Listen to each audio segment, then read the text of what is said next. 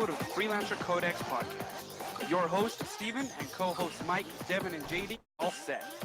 Join us and tweet your questions at Freelancer Codex. Find us on Facebook at Freelancer Codex, or send emails to freelancercodex@gmail.com. Strap into your javelins, and let's drop in.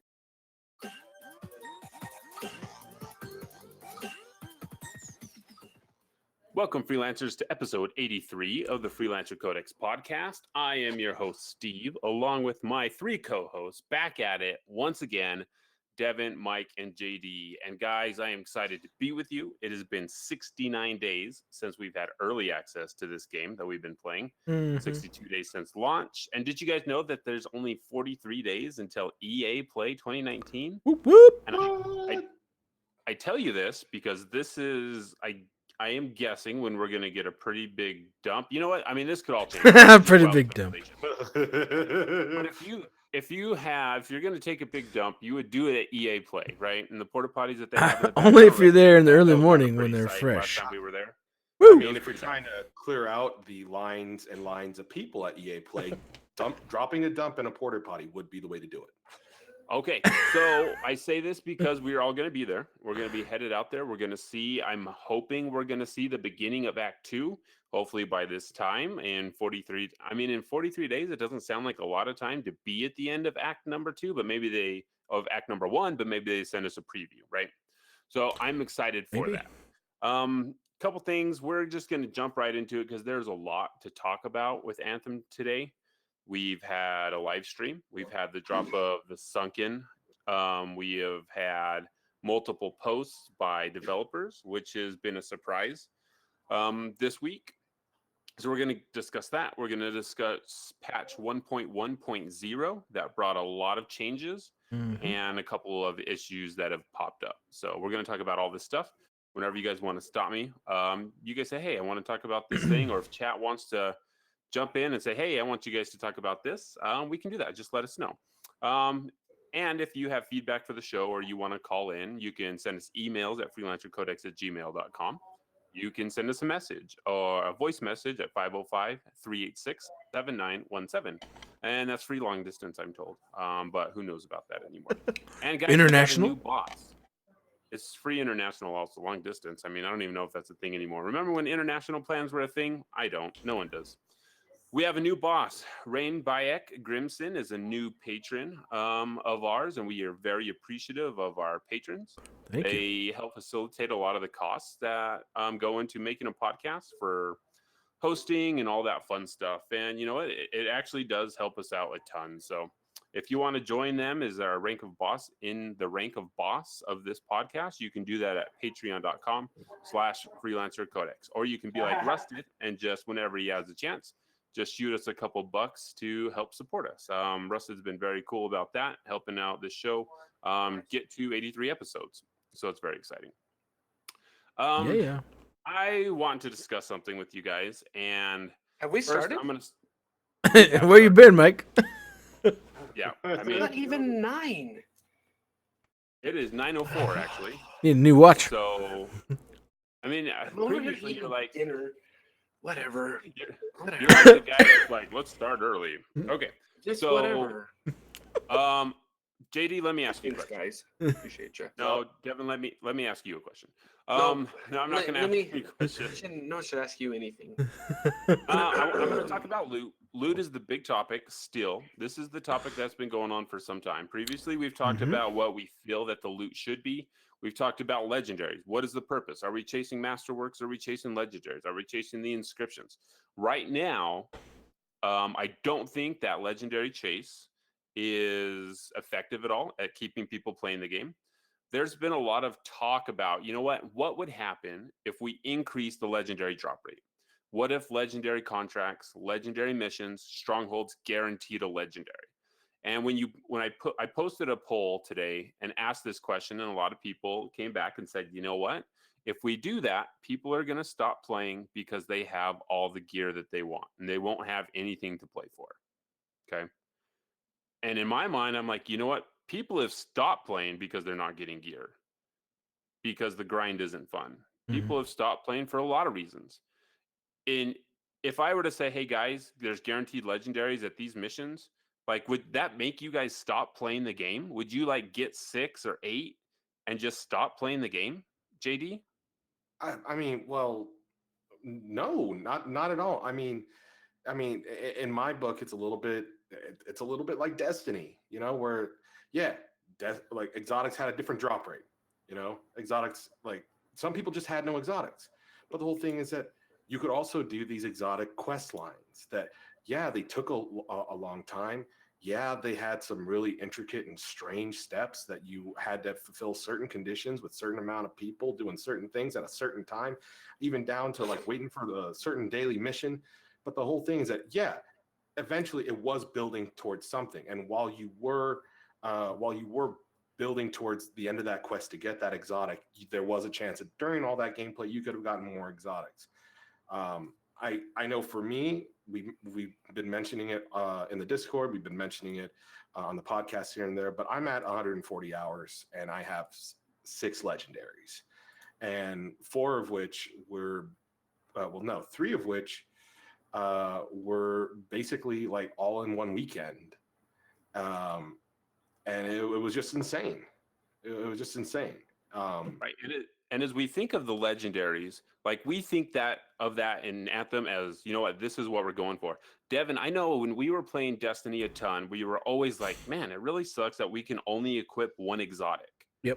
I mean, we didn't like that as players, but like looking back at it now with the system that we have now, was Bungie just like, you know what, we have to let them only have one, because if they try to equip all these, legendaries in every slot, it's going to make that grind like that much worse, because players are going to assume that this is the goal, right? So do you think like they had No, it right? I don't think. Only I letting don't, I us don't think equip that one? was. No. I think it's interesting. Like their exotics were more exotic than our legendaries are in Anthem, right? So the legendaries in Anthem they're just barely a step above Masterworks. They're not really legendary, in my opinion. I mean, we've talked about this before, and we'll see what they change it to. But I think the exotics were really a step above. I don't even know what those purples were, or whatever color it was. They were legendary. They were legendaries. Yeah. So the thing is, purples were legendary. with the Destiny exotics is that not only were they exotic and they were a high level stuff, but each of those exotic weapons / armor pieces had a perk that made them that. So you got to build you made your build around that exotic, and you tailored it to that. Mhm. And that was the purpose of the exotics in Destiny. Here, not so much. Like Devon said, they're a step below. They don't have that like awesome, amazing perk that really defines what they are. They have perks that are nice, but they don't define what they are. And so I think that's why we only were able to equip one in Destiny. So, And now, as I went on Twitter and talked about this, someone came back and said to me, he's like, you know what? When I get a legendary, I want it to feel legendary, so I don't want them to be handed out. And I came back with this. It's like, you know what? The legendaries, like you guys just said, they're not legendary. Sometimes they're not even as good as the masterworks that we have. Yeah. So there's this huge problem that we have, we have this fear that if we increase the loot drop rate, that people are going to stop playing, which seems so weird to me. It's like, okay, like, and a while ago I was like, yeah, maybe that would happen. Maybe if everyone didn't have anything to grind for, they would just stop playing the game. But then as the weeks and weeks progressed, it's like, okay, people are stopping to play the game. They're not playing anymore because the loot drops are bad. There's no reason to do Grandmaster 3. Someone said, you know what? I don't want my legendaries handed to me for doing nothing. I want to be challenged and get them that way. I'm like, well, do you guys feel like there's challenging content in Anthem right now that makes you play a different way, that makes you feel like, you know what? I just beat this. I feel accomplished, and I feel like I deserve this legendary. Is there anything like that in the content right now that makes you feel like you accomplished something? I mean, I just briefly want to revisit what you said about the Masterworks, because that's the biggest problem in my book with the legendaries, is that I equipped the legendaries that I got because I wanted to be able to perform at Grandmaster 3 more easily to, increase my chances of, or like Grandmaster 2 or Grandmaster 3. I wanted to increase my chances of performing better and increase my chances of dropping more legendaries, because I've been upping my luck. I've been doing everything everyone has been recommending to get more legendaries. But the whole thing is that my build right now is now awful because the legendaries that have dropped are not at all anywhere close to my playstyle, and the inscriptions on them are not that great.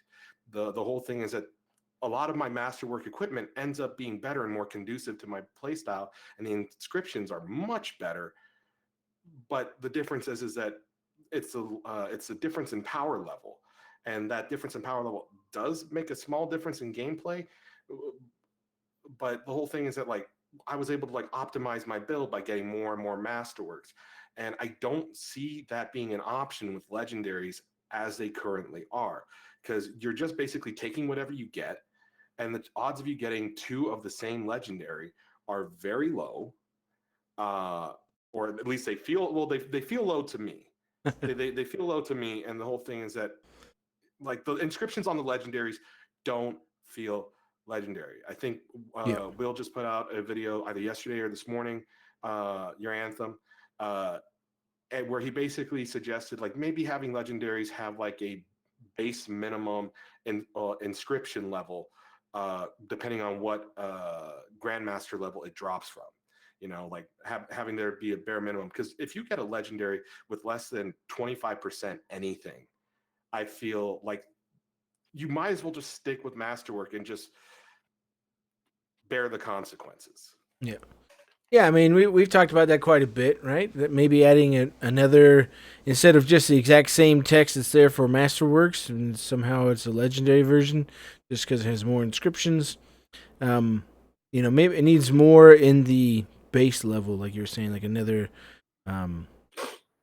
automatic inscription that's going to be there if you get that legendary, and then the inscription stats change and are different. But yeah, no, I mean, there's a lot of work that needs to be done. I think, in the short term, boosting the drop rate for that is an easy fix, because in the long run, that whole system is going to change anyways. So I don't see it as a big deal. Like right now, I mean, I get a lot of duplicate legendaries for my gear. Must be nice.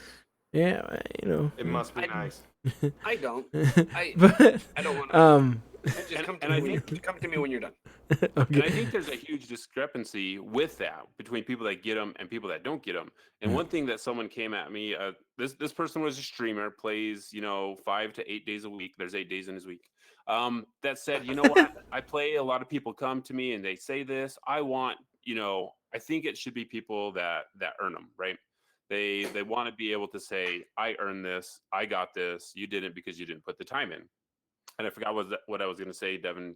I just totally lost my train of thought. You were saying, it was a really good point too. I'm just going to skip it and I'm going to go on. So what do you mean? What do you mean earn it?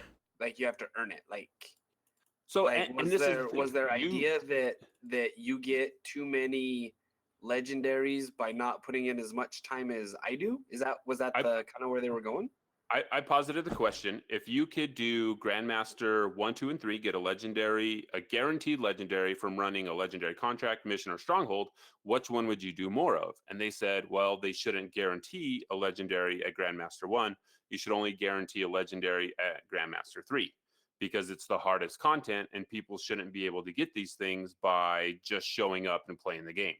So it's very, like in my eyes, it's very much a gatekeeping elitist mentality that, oh, if you don't do Grandmaster 3, then you don't deserve this. And I'm like Grandmaster 3 isn't more difficult mechanically than Grandmaster 1, Grandmaster 2. Currently, there's nothing that if I were to do a Grandmaster 3, I wouldn't have the feeling of accomplishment. Like, oh man, I can't believe I did that. I'm so good at this game. It's just, you know what? I have to stand back, and this is going to take me 20 minutes longer than it would normally, right? Well, and they even acknowledge that in the stream. They're like, we understand, the bullet spongeness in Grandmaster 2 and 3 of the enemies is not what we want, and it's something that has to be worked on and fixed and changed, because just I mean, like you said, doing it on 3 is really just a waste of time for most things, and especially if you're doing strongholds and that because you can do so many more and run so many more and have higher chances of getting loot than you can from Right. doing the Grandmaster 3 and where it takes forever because the boss is a bullet sponge. Right. Right. And it go I mean there's I think this is a puzzle. It's like one of those puzzles where you have to move a little square over to make the full picture. Like you move one thing, you have to move multiple things, right? This isn't an easy fix of, Yeah. oh, this is where I'm going. They said that, you know what? If we increase the drop rate now, players are going to get used to it, and if they have to change it with their new update, people are going to be upset. I think And we've learned that people are going to be upset. No matter Right. what. I don't And you know what? don't think that. So, just for my 2 cents on loot rate and dropness and all that stuff, I have put in not as many hours as Devin. I had to take a week off. I was gone for work. But I'm kind of close up to Devin. I don't have the amount of legendaries that he has, and I think because I was thinking about it, I think it's because I haven't done as much of the higher level content that Devin has. But I've still gotten legendaries to the point where I'm making progress, and I feel like I'm making progress. I haven't gotten any duplicates, which is great because I think I would get um, not annoyed, but it would be like a thing if I got a duplicate. I'd be like, I got a duplicate," but then I'd keep playing. So I'm building my items are becoming legendary, as it were. I think I'm half and half now, half masterwork, half legendary, with one purple in there. Please get that fixed soon, guys. I'd appreciate that. Um, but I don't feel like I don't feel like I haven't earned them. I don't feel like they've been given to me. I don't feel like I'm waiting an exorbitant amount of time in between legendaries. So for me, like it all feels good for me right now.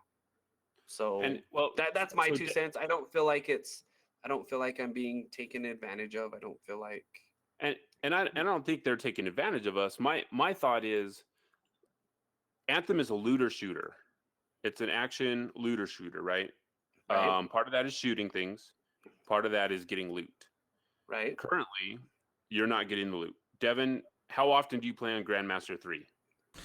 Um,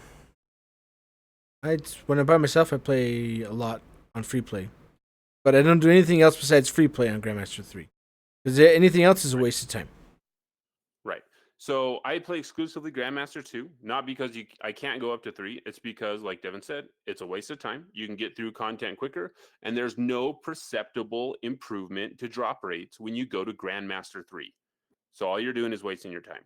And people may say, "Oh, well, it's the hardest content and you got to earn it." It's like, no, that if there was a system to where, yeah, maybe it was harder and there was mechanically something different that you had to show, you know what? Okay, this is a hard mode raid in Destiny. Those raids, like those are harder. When you Yeah. do a hard mode raid, mechanically, it's harder. Yeah. You have to be on point. You have Different to be able to functions, perform. more enemies. Uh-huh. Oh yeah. And that's a Additional mechanics, too. perceptible difference in the difficulty. Right now we don't have that, so that's Right. another thing that has to be adjusted. The Grandmaster difficulties have to be adjusted. So when I talk a lot about the loot because, for one, I don't want the legendary to be like this is the goal. I want the build with the inscriptions to be the goal because that's the loop, right? That's what keeps me coming back.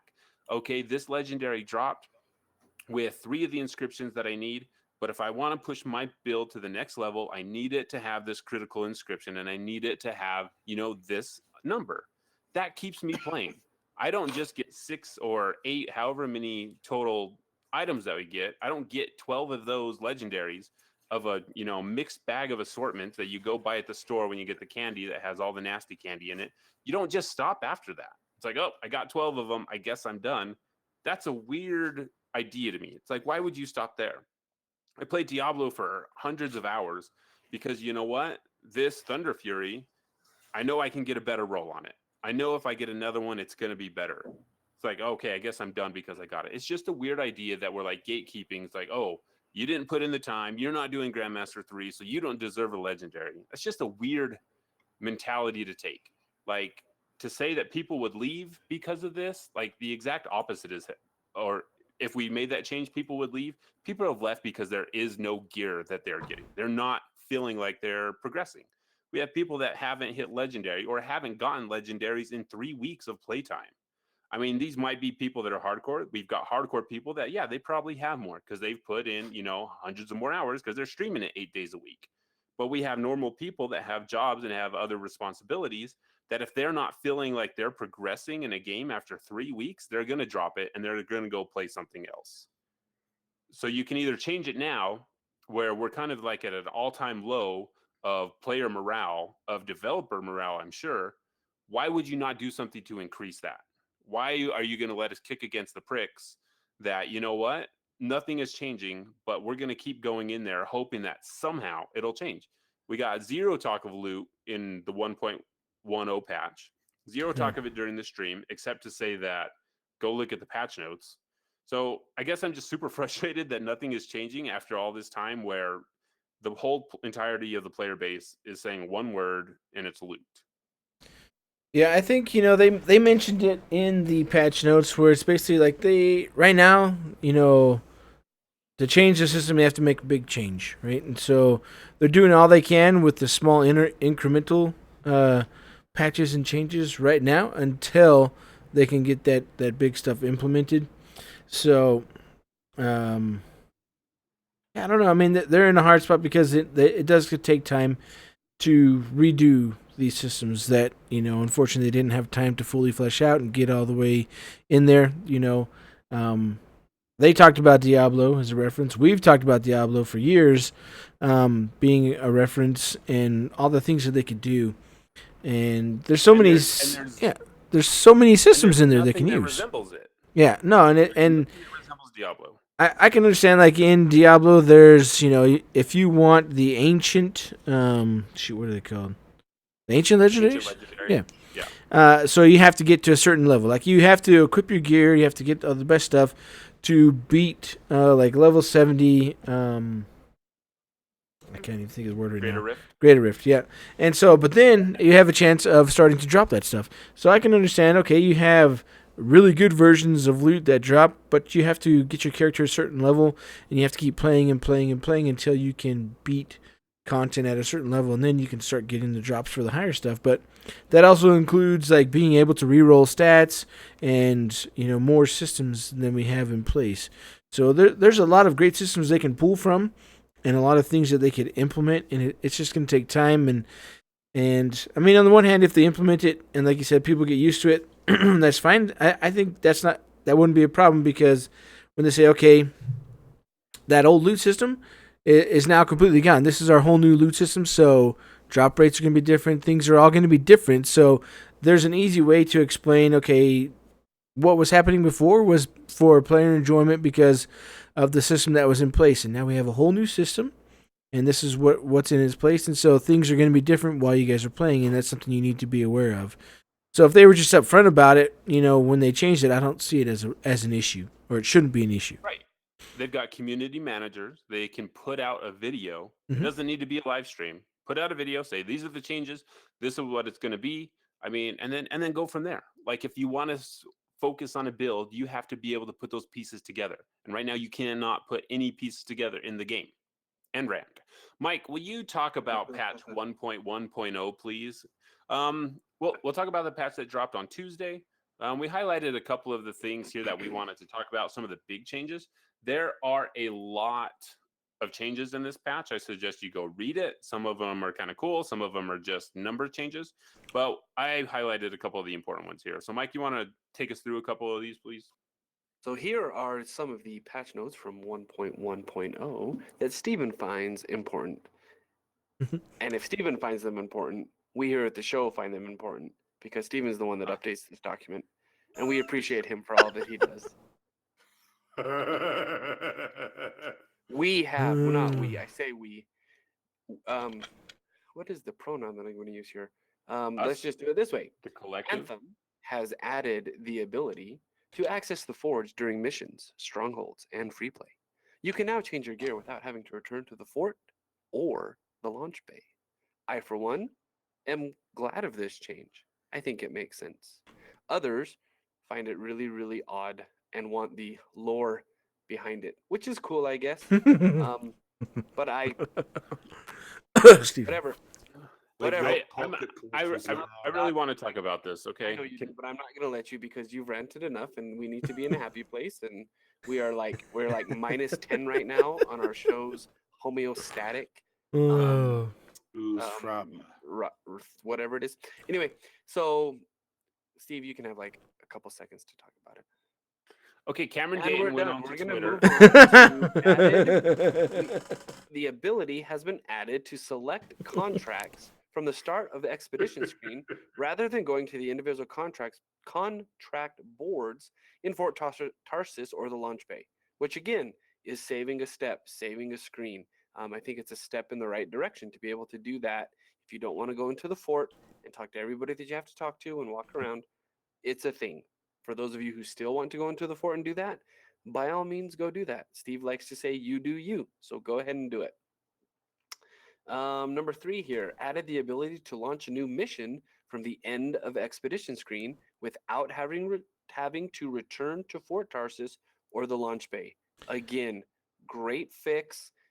It was frustrating when you had to kind of go back in just to go back out and start a new thing. There are especially when you caveats with wanna it, though. change your build. There are caveats also. I mean, if you did get a new piece, well, but that should be changed now. Now that you can No, access the so forge. not the loot, right? So you can't do half of the options. You can't select them from there. Half of them you have to go back to the fort to start. So if you want to do a legendary mission, you have to go back to the fort to start it. If you want to do quick play in either mission or stronghold, you have to go back to Fort Tarsis. So those 3 options are locked out at the end screen to start from the end screen. You have to go back to Fort Tarsis Is that to start it. is that a confirmed bug or is that just the way it's going to be? That's how it was when we played yesterday. So I don't know. Interesting. I think the answer to that, Mike, is there's no way we would know if it's intentional or a bug. It wasn't in the if patch we- notes, If we say it so- enough, it becomes a bug, doesn't it? Probably. Isn't that how it works? All right, number 4, fixed additional issues where the Titan Fireball projectile attack was hitting players when they successfully dodge and or evade. Hells to the yes. And I think we can all It's about standing effing- ovation oh this, my god! So because happy we about got this. destroyed so many times going, I totally dodged that. And Devin would look at us in shame, I'd be like, going, I have to revive you again? You just dodge it. You just push B. Push I'm like, dodge. "Whatever, Devin. Come on, I always dodge." push dodge. There are some new universal components. But Interceptor's the best. A primer detonator icon in the Cortex has been added to gear entries. And speech to text and text to speech has been added on all platforms. Those are some of the things that Stephen finds important and or interesting. If you do want to go look at the rest of the notes, go check them out. They're on the Anthem. There's also some Hey. stuff in the forge that you can't change when you go out. Was it the weapon, Steven? Or no, it was the... So you cannot change your appearance. You can only that's right. change your gear and your You only weapons. change your gear and Just weapons. gear? You can't change what you look like. You So can't change I'm what you gonna go look ahead like. I'm going to go ahead and talk Doesn't about matter this what a you little bit. wear. So Hey, Alright. Cameron I'm Dayton. still talking. No, you're done. Now- So if Cameron's there, done. Come there on, are let's more just- things let's that go you over can talk it. about on the, I'm finishing this up. There are more things you can talk about on the Anthem page at ea.com. Check them out. There's lots of things. Balance websites, balance adjustments, gameplay stuff. Lots of things done. So, all right, Steve, you have some stuff to talk about this ability to go into the forge in Portal. Freelancer. Okay, this kind of frustrates me. So Cameron Dayton, he's like the lead narrative director on Anthem right now. Someone asked him, and I don't know if it was in jest or not, but he answered him. They asked and said, "Hey, is there a reason, lore-wise, that we can now change our weapons in the field? Because it kind of takes Zoe and her forge out of the equation because we don't ever have to visit her." And Cameron said, "The Arcanist just discovered magnetic pins, hanging clips, and pocket portals." And I asked Cameron, I was like, is this seriously canon, or is this like a real lore reason for this happening? Because it kind of blew my mind that he would just throw that out there. Because Or if you were are to you in the break room just kind of playing around on Twitter? What is going on here? I am, because I'm kind of concerned, like, from a story perspective, doesn't it change like a ton of stuff if you can just open a pocket portal anywhere? Like, who opens the portal? How is the portal powered? Is it powered by Ember? Could I open a portal in Fort Tarsus where my javelin is and just have like weapons shoot through it, so I don't even have to do any of the work? Like, load a bunch of cannons, open a pocket portal, and can I pull someone through a pocket portal and close it and cut them in half? I read a book like that once. Does this change like the whole restaurant delivery system when we can open up a pocket portal anywhere? I mean, this is like one of those things, like, I mean, you say it, maybe it's in jest. He didn't respond to me, he responded to other people. But this takes like the Star Wars sci-fi fantasy and just kind of like, okay, now it doesn't even matter, right? We're pulling from different worlds. We can have pocket portals. I mean, even in Dungeons and Dragons, you have like a bag of holding, and it at least makes sense lore-wise in the world. Now you can just, like, I don't know, just stick your hand through this thing. It's going to appear somewhere. Hopefully it's not into the vacuum of space and you suck all the air out of the planet. I don't know. For those who have hung around with us for 83 episodes, you know that part of Steven's job is to drive from site to site in order to do what he does. He has a lot of time to think, and I can't imagine like when he's listening to other things, like the conversations that go on in his truck when he's by himself. It might be fun just to kind of bug it and record some of his just musings. I yell a lot because this is the kind of thing that I think about. Like, Julius in the chat says, hey, they need to do it from a Strider. That's it. Guess how many Striders we have out in the field that we could just go fly over and change all that stuff. That makes sense, right? Makes a lot of sense. I mean, even just like pay him his money. Even just like an explanation of like a collapsible like mini forge that was suddenly invented that you could use out in the field.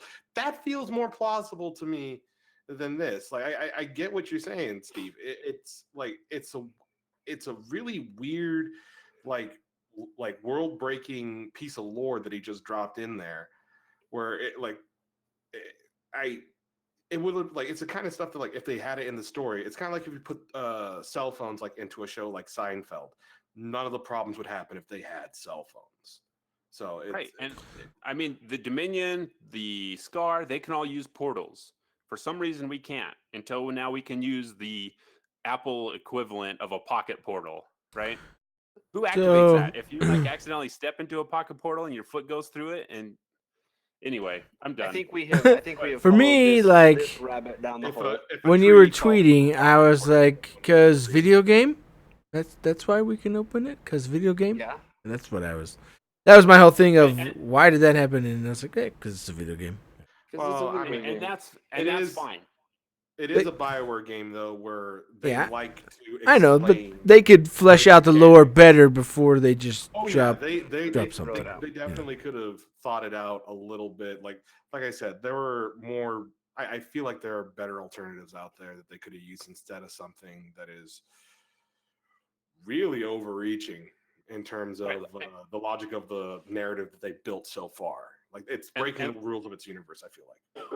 And like you said, Devon, and like Russ had said in the chat, you don't need to explain this because it's a video game. So don't give us an explanation. Just say it's a quality of life change, and that's it. You don't have to say, well, in the year LV 392, Helen of Tarsus discovered she can just magically transport anywhere, and that's why we have this. Moving on. Moving on. So there have been some masterwork upgrades. We're going to read a couple of them here. They also apply to legendaries, just so you know. They also apply to. I don't know why they just put masterwork on there, but this also it carries right over to legendaries. Have you verified that? Have you looked? Yes. Cool. Because I was like, what the crap? So here are a few here. If they are your weapon of choice, congratulations, because they all seem to be good bonuses. So here you go. The retaliation of word. What is that word? Garrotus. I speak English.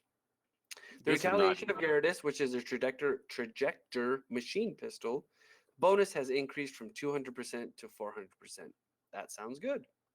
The Rolling Carnage Vengeance Shotgun, the increased bonus from 50% stacking 3 times to 83.33333% stacking 3 times, which is, again, that's a weird number. It has its reasons. It just happens, right? It The also last only says 80% while you're in game.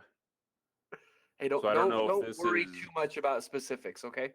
The Last Stand, the Mauler autocannon, the increased bonus from 200% to 225%. The Fist of Straw Cloudburst autocannon. Some of these are kind of tongue twisters. Increased bonus from 10% stacking 10 times to 16% stacking 10 times. Unending Battle Fulcrum Machine Pistol increased from 110% to 135%. Death from Above, the Guardian Marksman Rifle, increased bonus from 65% to 235%. That's a lot of percents. Wyvern Blitz, the Deadeye Sniper Rifle, increased bonus from 40% to 185%. And those are some of the Masterworks / legendary weapon increases that you will find out in the game. So do you So guys those are do you the guys think what was the desire to change these specific weapons? Do you think this is just these are the weapons that aren't being used as much? So they say, okay, if they're not being used, it must be a damage thing. Because I couldn't tell you like of these weapons, like I think I know Death from Above. Death from Above has the explosion bonus on it, but like I'm not seeing any like significant changes to like actual perks on a lot of the weapons, and I think that's actually what they need before we start doing like damage modifiers. Mhm. I mean, did you guys use any of these and were like, man, I wish this weapon did Yes. more damage by 25%? I've used them, but I never. I guess I'm not as critical and analytical of the numbers that show up. Because I've used the Wyvern Blitz. I've used that sniper rifle a few times. Death from Above was my primary for probably a couple weeks until I ended up getting what was it, the heavy pistol, that's the 2-punch heavy pistol. I've switched to that. So I've used some of these. I don't use a Colossus, so I haven't played with the auto cannons. The machine pistols, I mean, they could up those all kinds. I just don't like them. I'm That's currently me. using two machine pistols right now. So You using two I machine use the pistols? fist of Yeah, I switched over so just because I'm working on other stuff because now Oh, everything's you're popping. working on it. All the Yeah. all the weapon stuff is popping because it actually works now, and so I'm using two machine pistols that are just destroying everything that I've just had sitting there for forever. They're both only Masterworks, but because I haven't had any legendary machine pistols, but I found stuff drops when I'm using it more often. So So with Fist of Straw, that's what I use in one of my in my main Colossus build, and I'm glad they up to 16% stacking 10 times, because basically what ended up happening was that I ended up for a little while I would switch back to Rallner's Blaze, the assault rifle instead of going with the autocannon because simple fact was is that that assault rifle and the fact that it also primed enemies by setting them on fire, like it made it a more preferable alternative. Like you took down shields faster, you took down armor faster, and even though the Fist of Straw can put out a lot of bullets, it just wasn't shredding things as quickly as some of the alternatives. And I switched back to the Fist of Straw today when I played the Sunken, and it is much more it is like it does damage now. Like it gets the shields down quickly. Also, to kind of move on into into our next topic here, I'm really happy that they fixed the flame wall, the flame wall thing in this new patch. Basically, it wasn't landing on, and like if you hit an enemy with your firewall mortar, it wasn't spawning the actual firewall. It was just doing initial fire damage, and then nothing was happening. And as somebody who has a legendary firewall, makes it a lot more enjoyable because it's if you just hit an enemy, it was a very unenjoyable like heavy mortar, and that wasn't great. Now it keeps its purpose. I think one thing I would like to see as the patch notes go forward, and this is constructive criticism for the team at BioWare, when I see changes like, the Last Stand autocannon 200 to 225, I would like to have like just a little blurb from a developer, someone that's working on the balance of the weapons, explain why we're going to 25%, right? We saw that, by doing this, X happens. Or we saw that 200 was too low, moving it up. We're just trying this for now to see how it feels. Kind of give us the why behind stuff like this. Otherwise, it's just kind of numbers. And as we look at things like Wyvern Blitz, we're going increase a bonus from 40% to 185%. Base stats, that sounds great.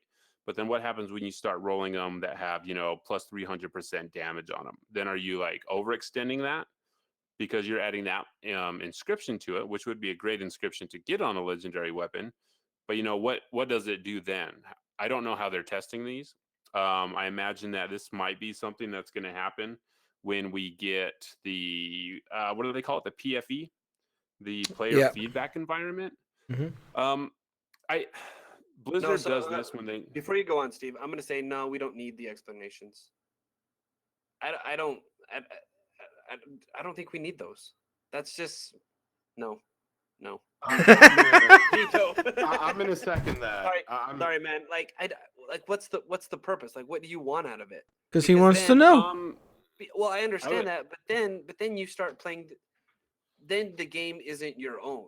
All right, guys, we're changing this so that you can do this, this, and this, and like it's almost like this is how you should be using this weapon. Like, let me figure that out if I want to figure it out. I don't think it's necessary. I'm coming from a place of, what, I would like to hear, like, what is the idea behind it? I mean, this game is, whether they like it or not, is going to be built on the feedback of the players right now, right? So we're getting a player feedback environment, which is. But you don't give the kids the keys to the car when you're not asking that. There's a lot of developers in the past that do that give you, okay, we changed this because we saw this wasn't working as well. It's not like they're going in super detail. They're just giving you a brief reason why. And like Bungie has done it, Massive has done it. They'd say, okay, these things aren't working, so we're increasing it to this because we've noticed from all of our data this isn't doing as much damage as we'd like it to. And I mean, it's as simple as that. So from my experience though, at least in my point of view, I just feel like it just adds more work to like making these patch notes. Like, I mean, if it's like a couple of really big things, like if they want to explain like maybe like 4 or 5 things out of a list of like 20 major changes, like I'm good with that. I want 10-page patch notes. Okay. But it's like shoot you in the foot. It's just like it's just like, okay, not only do I have to write a report that details every change I made, I have to explain my rationale for each of these things. And you don't think they're doing that anyway? They're doing that internally. So, I mean, sure, I hope they are.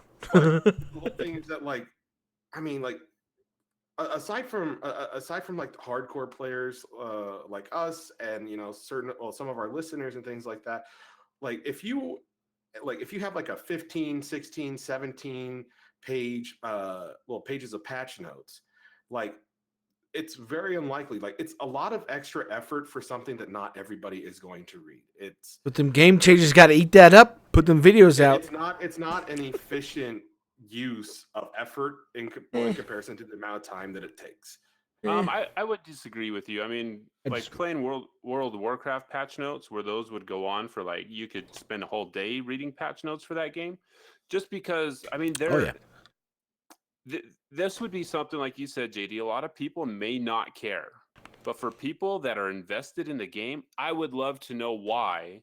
Like they think increasing the shield resistance on the storm from 12 to 13 makes a difference. Like, I would like to know that as a player. I would like to know. I mean, like, I want that information. I want to be able to dissect. Okay, this is what they think the storm should be. It may not be what I think it is, but at least I know where they're coming from. At least I know why my chaotic rhyme shards suck damage-wise, right? If I'm expecting them to actually be viable from a damage perspective, and that's just not their goal with that item, I would at least like to know that. And I think a lot of people would. And a lot of people would just like never even look at the patch notes. I mean, there's people that don't even look at Twitter and don't even know like the state of what the game really is, other than they really enjoy playing the game. So there's a huge wide swath of people And I mean, this is, like I said, this is what the teams are doing anyway. They don't just change numbers just to change them, right? Yeah. Well, They're specifically going from 100 to 202.5. I think we're coming, like Steve and I are coming from the Blizzard side of patch notes, where that's like a big thing. Like, okay, hey, patch notes have been released today. Everybody scours the patch notes because those are, like Steven said, you can spend the day reading over those because it is information upon information, and they have people dedicated just for that information to give it out to everybody because they, the players really want to be able to plan what they're using. Why did this get nerfed? Why does this get a buff? Okay, this is the new meta for right now in this season or whatever, and those kind of things. I could see that being a good idea for like certain like noticeably large changes, but I feel like some changes either due to like if you're regularly playing the game and you're familiar with the items in question. Sometimes it'll be obvious. Sometimes like I just don't feel that it needs to be every last thing needs to be explained. I think if they kept it to the big primary changes, like if it's a minimal change, I don't really feel a need. But if they like all of a sudden like to use the shield example from the storm, like if they jump damage resistance from 12% up to like 35%, like I would expect to know why such a huge change, because that raises a question in my mind. If it's like 12 to 13%, in my mind I would just go like, okay, so they're tweaking it a little bit. Okay, like fine tuning, you could just chalk it up to that. But if it's a big change, I could see a blur, but not on everything. That's I guess it's just. I mean, it's excessive from your side of not tuning it, like where that 1% of, in those games like WoW or Diablo, where that 1% is a big change because the tune, of your build changes just off of those small percentages when you're trying to do the higher end, top tier difficulties and runs. And so I guess it's a little different. I mean, for the system they have now, I could see how it doesn't really make sense because there's not really a way, there's not a stat sheet or any of that stuff in game. But eventually, I mean, that's where we want it to go. I mean, at least that's where I want it to go, where you can really build your character and really do a lot and make it unique and make it your own and have a large meta in the game where multiple builds are actually of use. And then, I want the game to be deep and have more in it. So, I mean, I guess we're kind of split. Steve and I are on the more details, and Mike and JD agree for something on the first time. Where surprise, write this day down. Write it down. So there's been a lot of other changes, but we're not going to cover those because decided something else to disagree with JD. I'm kidding. Right. So we're going to skip these next changes because Mike and JD don't care, and we're going to talk about a couple of the bugs that popped up. So they're not Care Bears. All right, they don't care a lot. They're not Care Bears. Not a real gamer. So there was a couple bugs. We logged on, and Mike was like, "Hey guys, I'm legendary."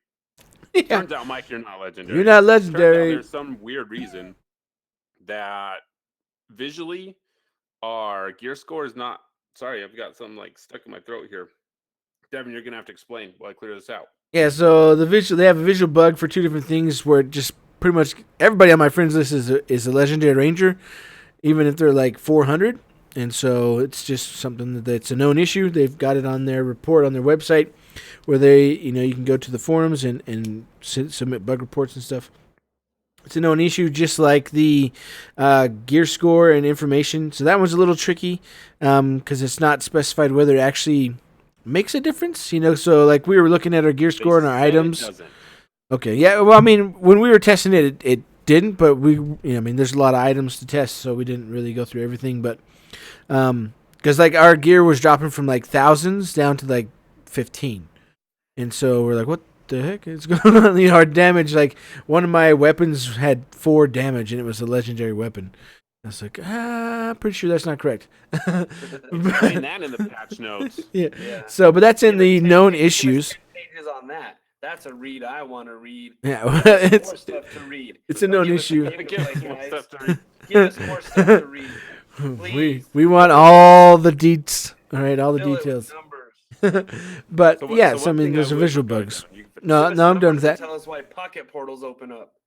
Yeah. That's a good question. So one thing that they did give us to read was an update on the roadmap that we're getting. So this came out from Jesse. He posted this over on the Reddits. What? All right. Tweeter? So he wrote it. Twitter and the Reddit is all combined. So Oh, then real quick, he says, "Hey everyone, it's been 10 weeks since you looked at me.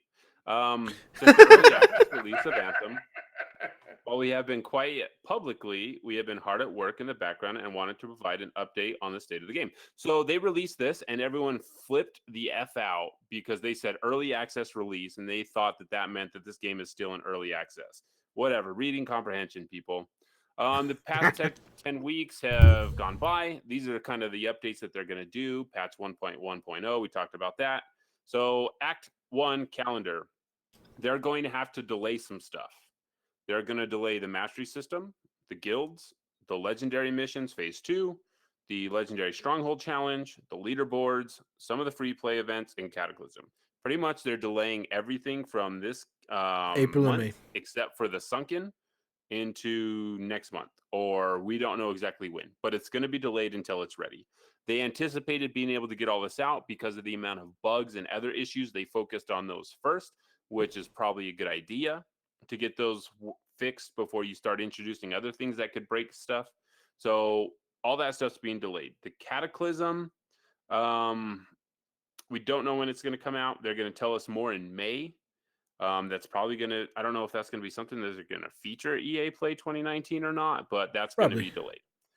So this is the thing that they put out on loot that they're going to reference to until we know more about loot. They said, "We have heard your concerns around endgame loot. We agree that our loot and progression systems are awful." They didn't say that. "Need to be improved, and we're working towards this. When we have more information to share, we will."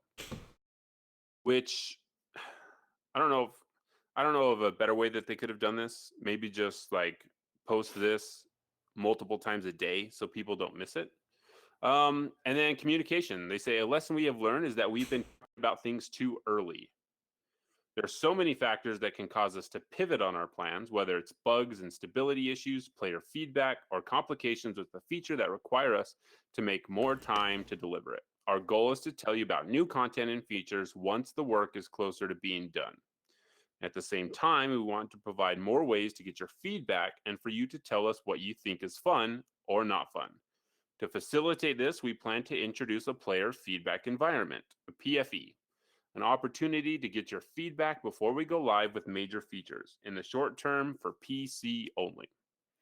So I want to get your guys' thoughts on a PFE. I know a long time ago we talked about the ideas of a public test realm or a public test server, however they call it, an opportunity for people to go in, play the content, test it out, and give a little bit of extra QA quality, to the patch before it gets pushed out. What are your thoughts, Mike, on having access to a chance to play a game or to play the content before it gets released to you?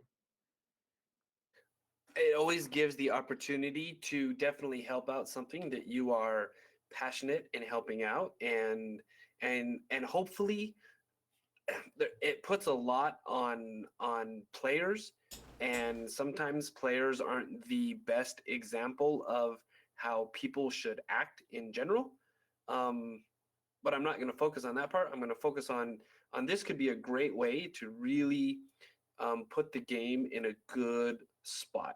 If the feedback that is given is constructive and well, it doesn't even have to be like well written. But if it's stuff that really matters, then it could definitely go a long way to helping Anthem progress to what we all kind of really want in a game, in a looter shooter. I think, I mean, on paper it's a great idea, but there's a lot of things on paper that have been great ideas that have kind of turned out not so great. I'm positive. I'm hopeful. I'm I have a positive outlook on it. So hopefully it turns into something really really good, and doesn't go the other way, like we know things can. Is it something you're interested in participating in personally? Oh yeah, I would definitely give it a shot if given the opportunity, if allowed to be a part of that. Not that again, I, I mean, I'm not all about the numbers like some of us here, but Obviously, you're I'm, not. but I think I have an opinion. I play games. I think and so yeah, I mean, I would voice my opinion, and if nothing happened, whatever, and if something happened, maybe I helped to steer the game in a positive direction. So, and that's all we can ask for, right? We can't think that everything that we say is going to be, oh, this is what they said, so let's do this exact thing right now, exactly how they said it. I mean, we Yeah, have to that go doesn't in happen thinking that, yeah, that's not going to work, right? And we shouldn't expect that to happen. We shouldn't expect just because I say something, it's going to happen. So Yeah. put your positive stuff out there. Talk about how you can change the game. If there's things that are bad, go ahead and say they're bad and say why. Don't just say they're bad. Oh, legendaries don't drop for me. Well, what are you playing? I'm playing, free play on easy. Well, okay, It's you gonna be pretty know, much impossible for you to go. yeah, Yeah. I'm not playing. I That give my game 2-year-old the broken. controller while I put it on free play to get my hours. I'm like, okay, Yeah. guys, like, and I hope that everybody would be sensible about this. But You're I hoping know, for funny things. I know, but you want to This be, your first time on the internet? I tend to stay off the internet for this reason. Ah, So see. I have I numbers if rel- you want to look at them. I don't want to. I don't want numbers and patch notes. So Devin, are you going to participate in this thing? Because I'm going to put money down that 90% chance that if you participate and you earn stuff in this PFE, that will not carry over to your main account. Heck yes, I'm going to participate as long as I can sign up, and they don't restrict it to, say, game changers or those kind of things. But, because we're not game changers, so. No, we're not. No, but no, whatever. Yeah, no, for sure. I love to do that kind of stuff. I do that for Diablo. I do that for Sea of Thieves. I've done that for Halo multiple times, and with different things that they're doing. I've done that for Xbox. So I'm all about doing the early testing to help them out. I'm more than happy to uh, help them test their game and improve it. I don't, I don't know how it could go wrong. As Mike was kind of worrying about that. I mean, these things have been you in said, I practice. don't know how it can go wrong. Yes, I mean these have been in practice for a long time, and it's real simple. You play the content, and you find things that are broken, and then they fix it before they put it out. And they look at all the numbers and say, okay, some of these changes that we made didn't work, so we're not going to make those. And they update that, and then you start over again and keep playing it. And I mean, it's a lot of starting over, and hopefully, when they play it, like they'll give you, I guess that could be the way it goes wrong. If you have to start over from 0 and level up to 30, that would suck. If you have to do that every single time, but hopefully they're like, okay, we're going to put your javelin at level 30, and you have just some gear that you can start with that's got you at like an epic, or most of the way to masterwork javelin. But this is something I wanted for the game for a long time, and for me, it's a no-brainer. Like, this is something they should have, and there's only so much that their team can test, right? There's only so much that they can do, but this also means that time between updates is going to be a little bit longer because you have to give out, some time for the players that are in the PFE to actually play the content and be able to report on it and get back to them. So I hope with that PFE they include good feedback tools, so I don't have to just go right back to the forums and be like, okay, here's my issue. Or if I can be like, okay, this play session,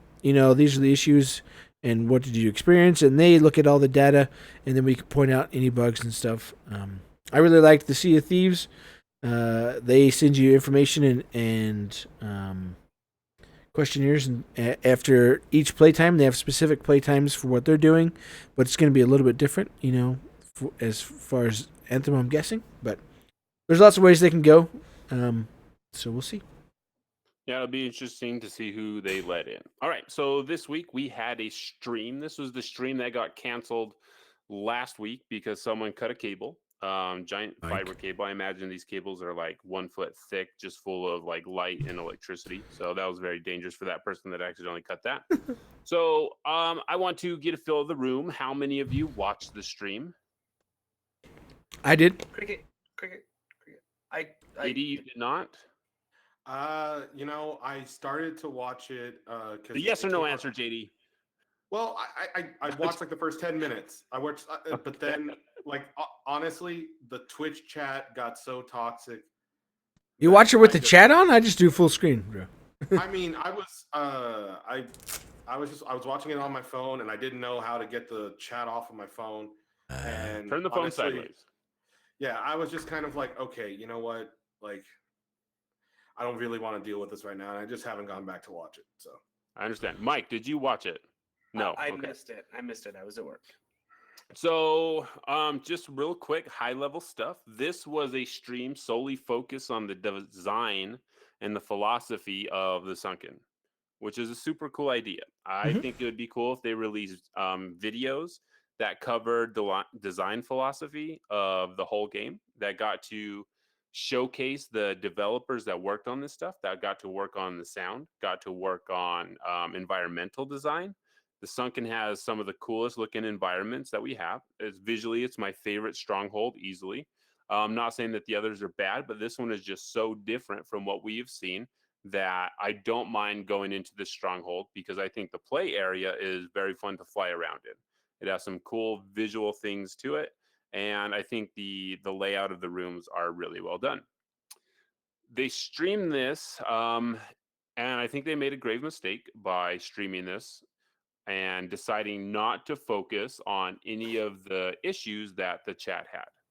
So chat's main issue was loot. Well, we talked about Jesse that a lot talked in the about that beginning today of the on show. Twitter. They say that again, Devon?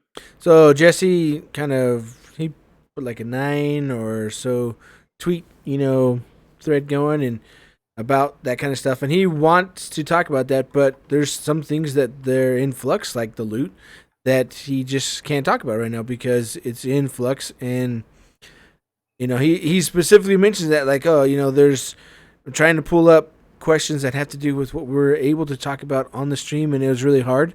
There's a lot of questions about things that I couldn't talk about, and he really wants to. And one of the things he admitted was, going dark and not really talking and communicating was a mistake. And so he says, from now on, if I have to do that, I'm going to let people know, and I'm going to tell them why, because people were freaking out about it and those kind of things. So if you haven't read those, it's like 9 or 10 tweets from the community manager, and he goes over some of this information about how he wants to talk about all these things, and there's stuff they want to talk about. But again, they came up with that same problem of talking about things too early.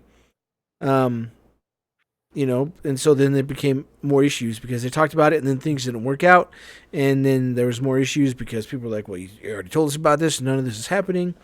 And so they're trying to be more cautious, but at the same time keep communication open and try and get it more focused on specific topics. And sometimes they're just not going to be able to talk about what we want. And I think one of the things, like Russ had said in the chat, set the expectation of what this stream is going to be. We all assume that, these streams have been they were consistent for a while until after the Schreier article, that they were talking about the game and the state of the game and where they were going forward. If you put out just a message saying, hey, this is focusing on the stronghold, the design of the stronghold, and the people that put it together. These are the things that we're not covering right now. I think if you set that expectation ahead of time, you are actually able to facilitate what kind of questions you're going to get. Hey, we want questions about this. Yeah. One of the main issues was this was supposed to be out before we got our hands on the stronghold. It turns out that, it might have just been a better idea to cancel the thing because we've already had hands on. And at that time, it's old news, right? We've gone through it. We played it. We know you don't really need to show us something that we've already played. And if you hadn't played it, there was a ton of spoilers, obviously, because they're going over like how to combat, the different things and how to solve the puzzles that are in there. So it was definitely super spoiler if you had not already played it. Which that was, to me, was like, I don't want to watch them play through this because I want to experience it. That was right. my whole thing. And I shut it off because I started watching it and I'm like, I'm just gonna go play this when I get off of work. So I turned it off. got to play Stronghold, experienced it for myself first time, and then went back the next day and listened to the stream. I didn't miss much in the stream. So they need to stop doing the live streams, in my opinion. Let's put out some curated videos, pre-record, ask your questions on Twitter, pull questions from Twitter, record it, and let's move on. There's no reason that we need to continue live streaming. I think it's a waste of time. It's causing developers huge headaches when they can't answer questions that are obviously being spammed on chat. Should they answer questions about loot? I would love them to. They're not ready yet. Going in, that is going to be the question that's asked. Yep. Don't put yourself in that situation where you have to dodge, right? I mean, regardless of the situation, I feel like the big thing BioWare needs to do, and I think that they are really, really not succeeding in this front, is they need to do something to control the narrative. They are sidestepping everything. They are not confronting anything. They made one statement that did not really address the effects of the Schreier article or any of the follow-ups to that. They have not made any statements about it, properly refute anything, or even like take details and spin them in a way that again controls the narrative. They just keep ignoring it. And while they are ignoring it, it is spinning out of control because the people who are controlling it are basically overly toxic fans right now, and sensationalist journalists, sensationalist YouTubers, and it's just getting worse and worse and worse. They need to make some kind of statement. They need to say something and address this and take control of their own narrative right now, because it's the toxic narrative around it has only been building. It's snowballing at this point, and if they don't do something soon, it's just gonna be bad. All right, so let's actually talk about the Stronghold itself. Mike, I know you haven't been able to dive into it yet just because of work and baseball and soccer and all the stuff that's going on. Do you mind if we go into spoilers here? I do mind. Would you mind? All right. I would not mind. I don't have. All right, a I'll huge issue with disconnect Mike spoilers here. unless No, it's just like kidding. Avengers Endgame. But so let's not spoil that. But I would like to talk about the sunken, and I really need to get a read on you, because sometimes you do that thing where you like your mind, but you really don't mind, and then you can continue to do it for 5 minutes. So I haven't played great it. talk on our audio show. I haven't played it. I haven't had a chance to play it. Go ahead, talk about it. Okay, It doesn't bother thanks. me at all. Whatever. Awesome. Devon, I want to get If you your would like to audition to be on the Freelancer Codex podcast, please send us hate. It's actually not that hard. Devon, I Your want to Freelancer get your Codex. thoughts. Let me just I want mute to get this your guy thoughts on right the Stronghold. Yeah, no, I really enjoyed it. I do like the environment. It is so the environments are big, but it also kind of feels empty, right? So we have these encounters in these large areas, and they're fun encounters. But it's just like there's nothing else there. It's makes me sad because you can't go there unless you're doing the stronghold. And when I have looked around, there's not. I mean, I'm hoping for secrets and other things, and that's not there. At least that I've found, or that I've seen that anybody else has found. I do like the gameplay mechanics, and the stuff that's going on is fun. It's not very hard. Yeah, overall, I had a really good time. It's a really cool aesthetic going on with the whole map. The final boss was a lot of fun to fight. So yeah, I had a good time. I just think they could do more. I really like this encounter. I actually like it for some of the reasons that you don't like it. It's weird that we can have different opinions on things and have an interesting conversation without attacking each other. That's weird. So I enjoy this encounter more because there's less. It seems like there's a lot less flying around than the other strongholds. I feel like you're in combat more often, and that's kind of what you like to do in the game. You like the gunplay is good, the action is fun, so you want to be it in more instead of flying around, trying to get from point A to point B. I really like the tube system that they have in this. The stronghold really is centered on this giant shaper relic, which I think is a really cool idea. It's like this whole thing takes up this vast facility that you're in. I think the Fury, the boss at the end, I'm not a huge fan of it. I really like its design compared to its little cousin, I guess. But I was hoping for something a little bit larger, a little bit bigger. But maybe, I mean, this is our first outing for a new stronghold. It's been about 70 days since the game released. If we continue with this cadence, I feel like you'd be able to, if they keep releasing them this way, there's always going to be something to look forward to. I don't think this was too short of a time. I think it was a decent amount of time to get something out like this. And I look to the future and it says, you know what, we can do a lot more of these. And the game is just going to continue to grow, and it's going to continue to grow. The new loot system gets put in place, and, we're going to have better incentive to go do a specific stronghold. It's just going to, it's going to be better in the long run. I love that they've got those barnacle things hanging off the walls that look like they're giant teeth monsters. Like, those are super interesting. I want to know, it's just a cool looking environment, and it might be because it is new. It might be because, okay, this is the first time we're seeing something that looks like this in Anthem. So I've got, rose colored glasses on or whatever, but I really enjoy it. I mean, I like the design. I like the flow, and I'm excited to see what else they do in the game. I'm really excited about that. I'm excited to jump in with Mike and spoil all the super awesome things that happen in the game. So that's super exciting. JD, have you been able to dive in to the sunken cavern, sunken cave, sunken cell? Yes, I played it just a couple of hours ago after I got home from work. I got to try out some of the changes that they made to the Colossus gear and weapons in the latest update. I really enjoyed it.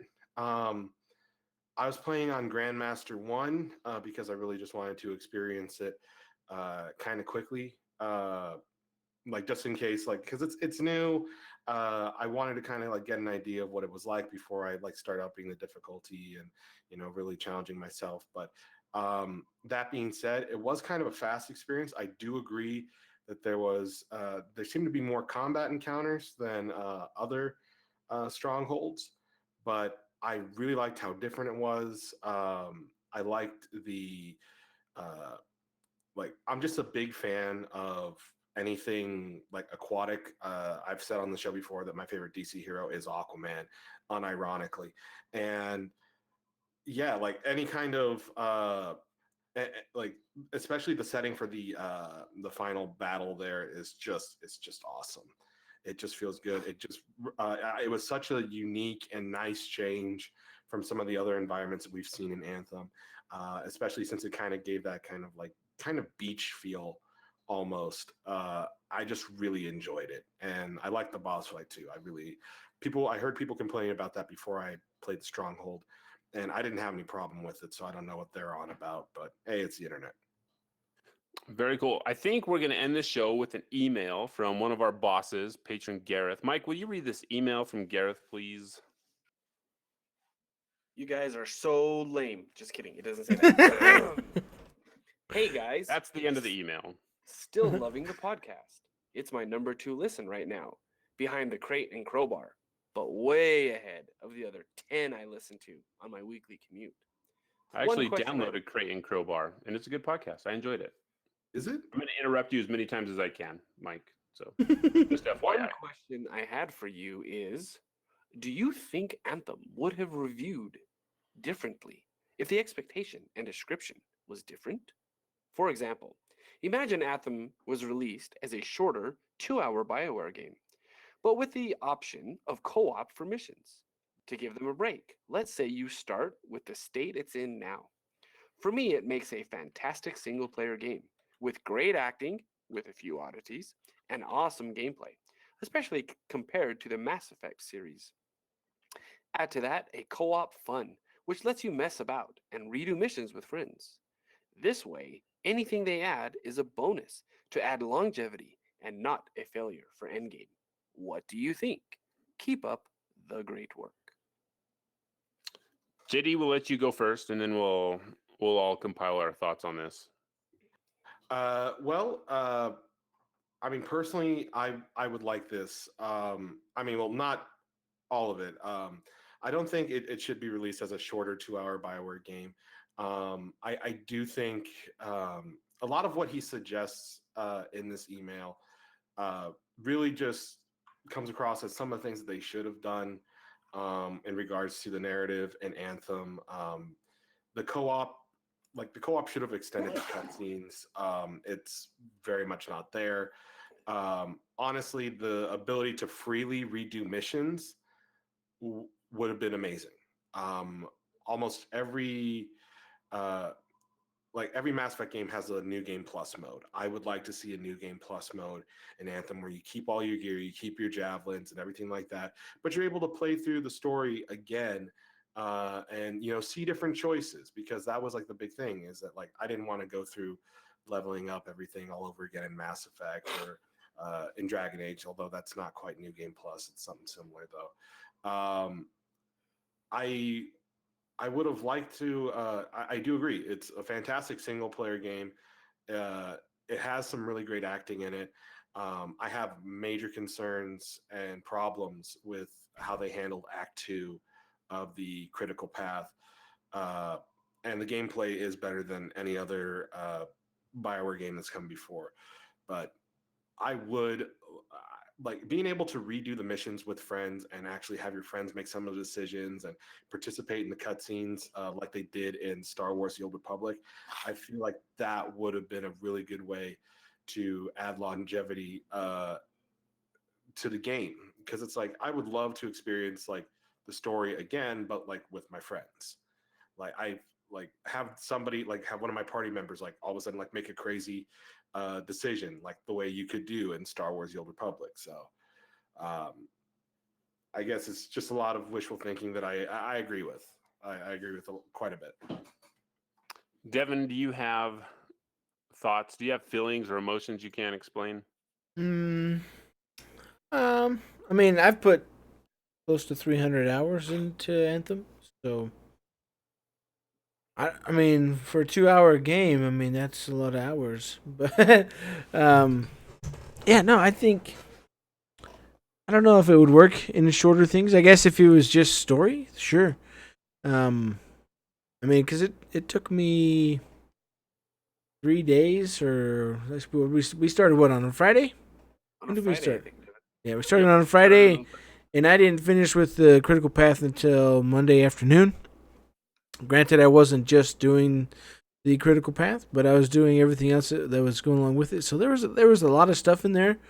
Yeah, I mean, there's definitely issues at launch because they gave us on PC, which a lot of people reviewed from the like a 2 or 3 week old build that had a lot of bugs that had been fixed and caused issues, and just kind of went from there. But I think honestly, if it wasn't ready, it would have been better off. Obviously it wasn't ready, but I think it would have been better off if they said, okay, we want to push this out, but we want to give people a chance to play it and help improve it, and we're gonna do this as early access. And we know that's disappointing, but the game's just not ready to be, up. It's not up to our standards, right? I mean, I think that things would have been better for them had they have done that and changed that narrative in a way where they could, yeah, get a little black eye because it's like we didn't meet the deadline, we can't meet it, and obviously EA, and their stockholders would be upset. But in the long run, that would have been so much better for Anthem and for everybody that was playing it, because you could have jumped in early access, and all these issues would be, not a big deal. It's early access. We're helping them make it better, and a lot of people will be like, okay, well, I'm just gonna wait, and my pre-order's still good, and they can fix that, and I'll catch it later when it's ready to come out, at the fall of this year or whatever. So, I don't think a 2 hour thing would have worked, but I think they should have definitely gone a different direction. And I mean, they had to make a tough choice, and to me they went the wrong direction. I still love it. I still have a great time, and I'm gonna I'm here for the journey and the long haul. But I think it would have worked out so much better had they just made the hard choice and said, look, it's not ready. We need to put this as early release or early access so people can help us make it better. Journey before destination. Well, Gareth, we appreciate the email and thanks for being one of our awesome patrons to the show. We really, really appreciate it. And again, if anyone wants to join that awesome list of people, they can do that at patreon.com/freelancercodex, and you can help us keep the light on and pay for Mike's medical bills.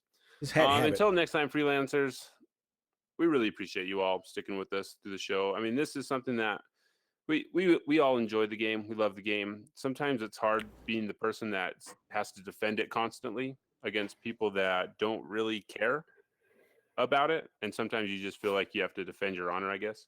So we really appreciate you. Appreciate everyone in the Discord. Come join our Discord. You can find all the links to that at freelancercodex.com, where we have all of our shows and all of our good stuff. So until next time, freelancers, there's a Shaper Storm on the horizon, and we'll see you on the other side. Peace. Later.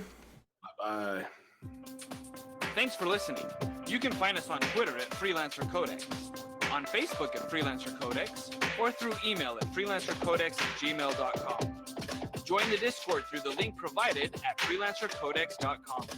Our show will always be free, but if you'd like to send some support, you may do so at patreon.com/freelancercodex. Our individual Twitter handles are at Stephen Lamson, at mlamson25, at Neverfear, and at JD the Joke Dealer.